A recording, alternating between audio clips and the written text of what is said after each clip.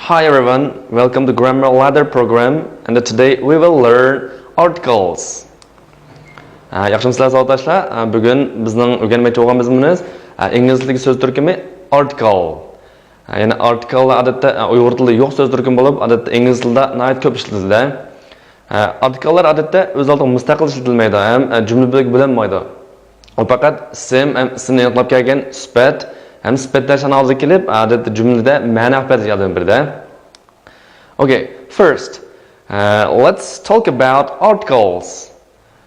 Biz odatda artikellarni ikkiga bo'lamiz, aniq article and aniqsiz article deb. Ular aniq article qaysi so'zlar bo'ldi? The. Endi aniqsiz article cho an. Aniqsiz article ikki xil, an. Okay, first, let's talk about use of an. Ondan sonra birinci olub an. İki sözünün işletici to'g'risida bir to'xtalib o'taylik. Endi an shklisi odatda bir degan ma'noni bildiradi bizga. Avval biz ni ko'rib boqaylik. Let's have a look. Buni mazir dedik. Masalan, ma'nosi bir deb tushunaman. Ondan sonra odatda ni qanday ishlatamiz? Buni biz misollardan tushunib boqaylik. Birinchisi odatda ni so'z beshi, ya'ni bizga berilgan so'zlarning tunji harfi uzuk tovush ohangi bilan talaffuz qilingan so'zlarni oldida ishlatamiz. Nima ekan? Bizga bergan tunji harf, masalan, so'zning tunji harfi uzuk tovush bo'lib qolsa, oldiga olamiz demakchi. Masalan, let's have a look. For example, a pen, a book, a car, a cat, a man, a boy, a television, a new hat, a hot day. Demakchi, mishada masalan bir qator ismlar berildi. Pen, adada pen, qalam nama, tunji harfi nima ekan?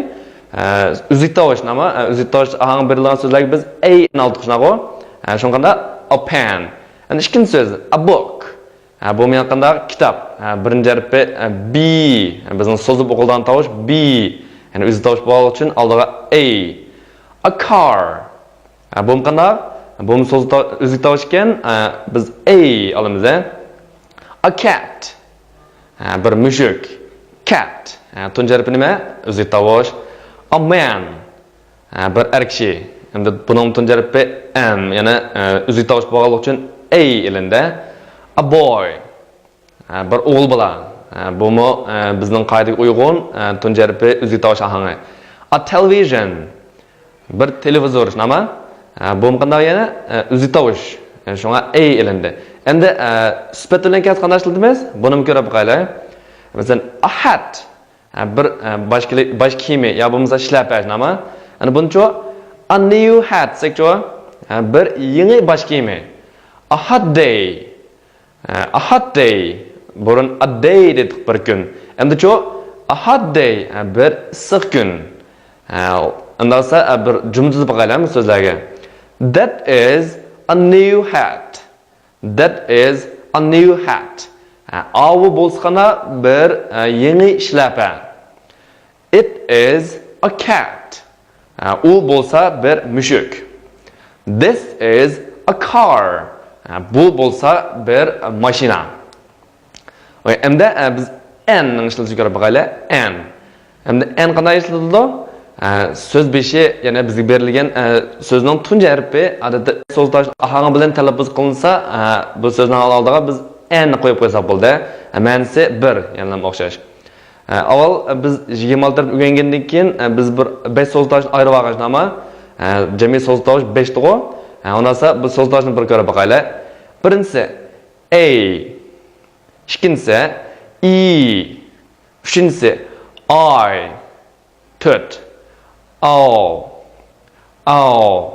beshinchisi you. Besh so'zni bir takror qilib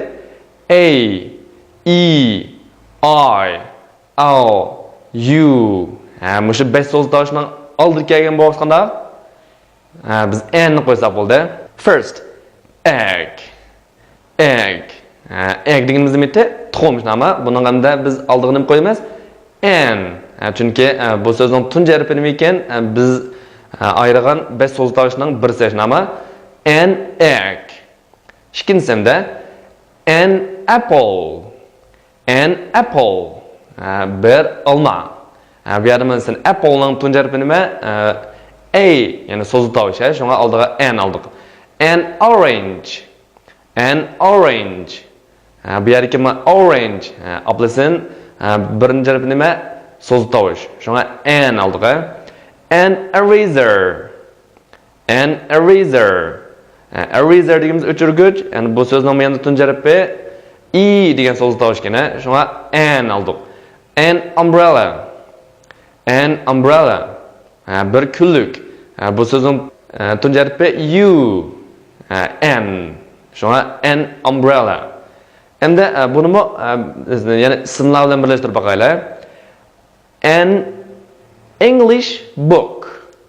An English book. Bir ingliz til kitob. An old man. An old man. Bir yashangan kishi. Let's make a sentences. First, this is an eraser. This is an eraser. Bu bo'lsa bir o'chirgich. This is an eraser demekçi. Ikkinchisi qaraylik. That is an old man. That is an old man. Avu bo'lsa bir yashangan odam. It is an English book. It is an English book. U bo'lsa bir ingliz til kitob. Endi misol biz 5 so'z tovushga asosan n ishlatib boqdik. Bundan boshqa yana odatda so'z beshi uzuk tovush bilan boshlangan. Lekin endi so'z tovush ahang bilan talaffuz qilgan so'zlar bor. Bunday so'zlar uchun yana o'xshashlar biz n ishlatamiz. Masalan ko'rib boqaylik. Hour. Hour. Masalan bizning soatni bildiradigan bir so'zimiz bor, ama hour. Bu cho gerçi tunji harfi h. Uzuk tovush bo'lsa-mu, lekin odat talaffuz uchun bu ilinmaydi. Bevosita qanday hour. Bunda o'qilg'ichqa hamda n oldiga. An hour. Ikkinchisi honest. Honest. Bizning samimiy degan bir so'zimiz bor, ama honest. Yani bu so'zni yana o'xshash birinchi harfi h o'zi tovush, lekin cho talaffuz qilmaydi, ama ahang cho bizning so'z tovush bo'ladi-ku. Shunga an honest. Uchinchisi hamda honorable. Bu yerga cho mesela sharafli deb bir so'zimiz bor. Honorable. Bu meni o'xshashlar h degan o'zi tovushdan kelgan, lekin talaffuz ilmog'lik uchun cho biz so'z tovush ahang talaffuz qilgachqa oldiga an ni qo'yib qo'yamiz. An honorable. Bir sharaflik. Ondan sonra shunga bir misol ko'rsatib boqaylik. Buni qarab qolinglar. An hour ago, an honest man accepted an honorable task. Bir soat ilgari bir samimiy odam bir sharaflik vazifani topshirib oldi. Qabul qildi demakchi. Endi biz 5 so'z tovushidagi you qarab boqaylik. Endi you tovushi biz so'z tovushlar ardiq, lekin sal alayda. Endi you bilan boshlangan so'zlar odatda n qo'yib qo'ysak bo'lgan so'zlar. Lekin mau qisman ahvolda-chi biz yana a olamiz. Masalan, you harfi uzuk tovush ohangida o'qilsa demakchi. Uzuk tovush ohangida talaffuz qilinsa biz a qo'yib qo'yamiz oldiga. Masalan, university. University. Bu yerdagi hamda dastlabki tunji harfi u. Lekin cho hamda university. Talaffuz ham uzuk tovushga moyil chiqadi-da. Shunga a university. A university. Yana birisi. Uniform. Uniform. A uniform. Bu yerga qanday? U bilan kelgan bilan, lekin cho talaffuzda uzuk tovush ham berib oladi. Nima? Uniform. A uniform. Okay, number 3. Useful book. Useful book. Bu yerga useful, masalan, foydali, kerakli, ishlatishchan, qo'llanishchan deymiz-ku. Useful book. A useful book. Buning yana tunji harfi u so'z tovush bo'lgan bilan ham talaffuzda uzuk tovush moyil chiqadi-da. Shunga a useful book. And number 4. European. European. Bir Yevropalik demakchi hozir. European. Buncho masalan bizning so'z tovushdan boshlandi, lekin cho talaffuzda u bizniki o'zi tovush ahangi beryapti. A European. Bir Yevropalik. Okay, ondan sonra bu misolga qarab boqaylik. I want a uniform. I want a uniform. Menga bir forma kerak. Forma lazım demekçi. It is a useful book. It is a useful book. U bo'lsa bir foydali kitob. Okay. Endi AN'ning bizning sinlardan boshqa yana ishlatish o'rnini ko'rib boqaylik. Yani AN adet yani biz ma'lum son miqdorlarni ifodalashni ishlatamiz. Masalan, a lot of, nurg'ulg'an, a pair of, bu meni nima? Bir jup demakchi. Endi a number of, nurg'ulg'an, ko'p. A great deal of, bu meni qanday? Night ko'p, nurg'ulg'an, jiq demakchi. Endi sonlarcha 100, yuzligan demakchi. A thousand, minglagan demakchi. Ikki sonni ko'rib baqdik, yuzligan, minglagan. Ondan sonra savodoshlar to'ynik so'zlarni ko'rib, buningga masalan o'zimiz hozir qabul qilgan mazmun ichida bir to'ldirib boqaylik. Masalan, an asosiy bizning so'zligimiz ana ishlatilishi. Ondan sonra bu misollarni bir amaliyotdan o'tkazib boqaylik. Ondan sonra savodoshlar to'ynik so'zlarga biz an qanday ishlatamiz bir ko'rib boqaylik. Bu bizning amaliy mashqimiz hisoblanadi. Ondan sonra so'zlik qaranglar. Okay, first, book. Kitob degan so'zni oldin nima olamiz? A book. Bir kitob. Nima? Bu so'zning tunji harfi o'zi tosh bo'lg'achqa biz a book. Number 2, apple. Apple degan nima? Apple olmosh nima? An apple. Number 3, orange. Listen. An orange. Number 4, uncle. Taga. An uncle. Bucho bir taga nima? Number 5, eraser.